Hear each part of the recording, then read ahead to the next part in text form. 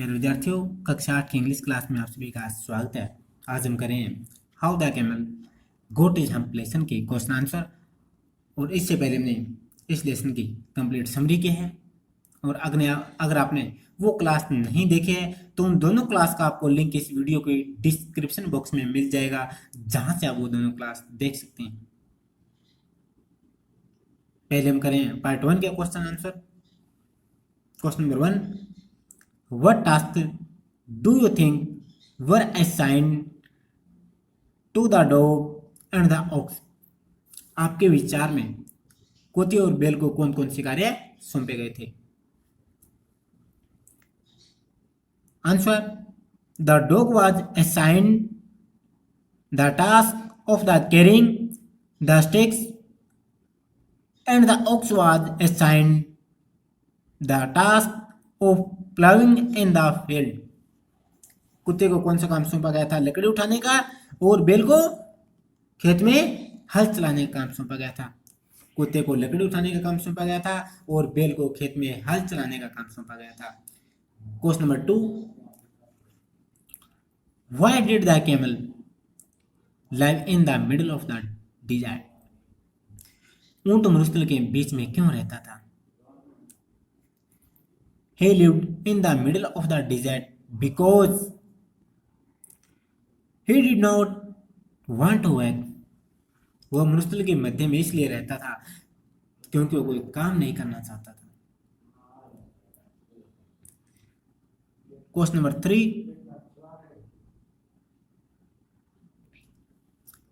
what made the dog, the horse and the ox very angry? मनुष्य की किस बात ने उन तीनों को बहुत क्रोधित कर दिया? मनुष्य ने उन तीनों को ऐसा क्या कहा कि कुत्ता, घोड़ा और जो बैल वो क्रोधित हो जाते हैं?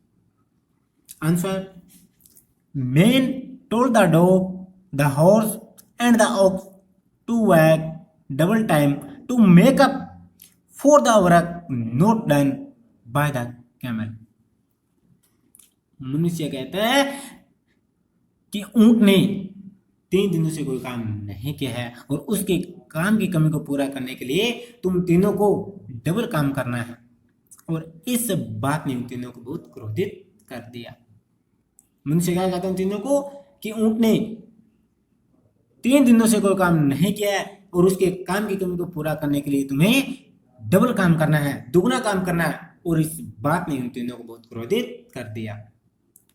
Question number 4, how did the jinn know the horse was complaining against the camel? जिन को ऐसा क्यों लगा कि घोड़ा ऊंट की शिकायत कर रहा है?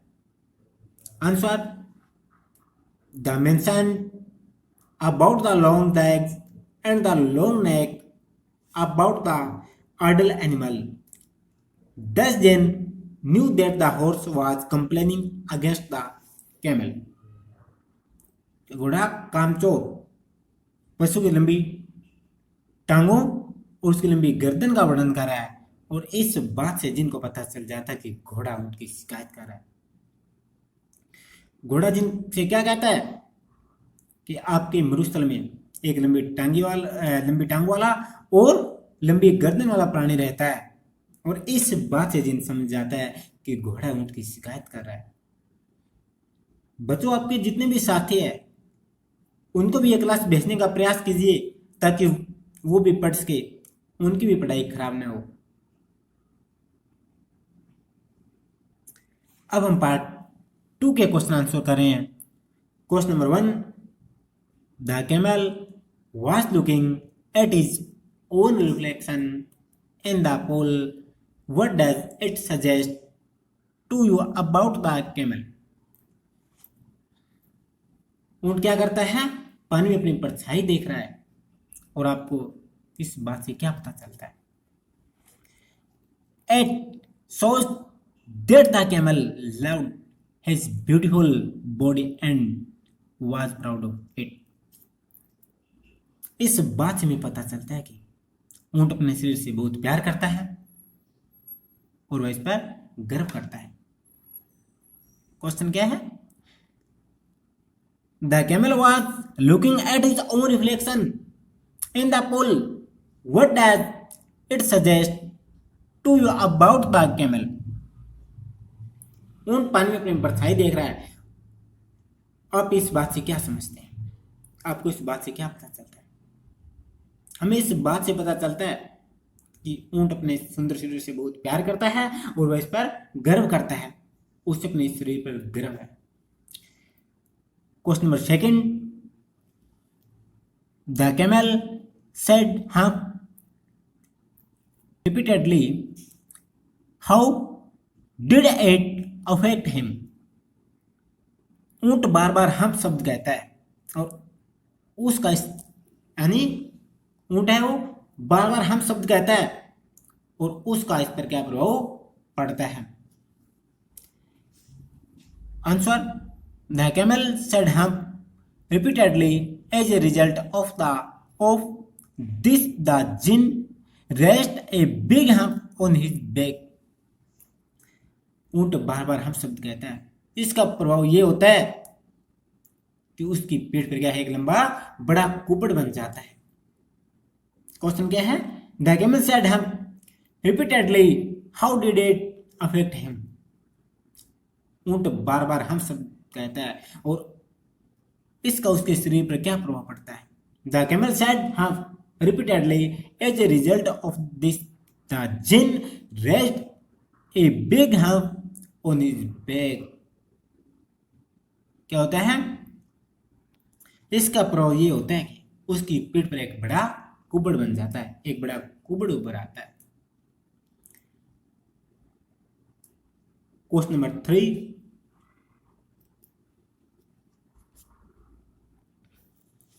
What according to the jinn was the use of the hump?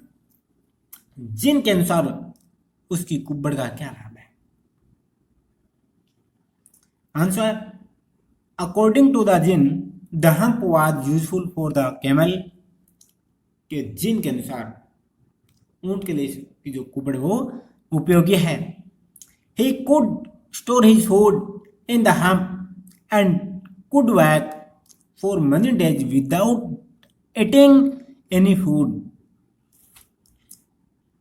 वह अपने कुबड़ में भोजन स्टोर कर सकता है और वह बिना भोजन खाए कई दिनों तक काम कर सकता है। क्या according to the jinn the hump was useful for the camel? जिन के अनुसार ऊंट की कुबड़ उसके लिए उपयोगी है। He could store his food in the hump, वह अपनी कुबड़ में भोजन स्टोर कर सकता है। And could work for many days without eating any food, और वह बिना भोजन खाए कई दिनों तक काम कर सकता है। प्यारे बच्चों, ये क्वेश्चन आप अपनी नोटबुक के अंदर नोट करोगे और इसके बाद हम करेंगे नेक्स्ट लेसन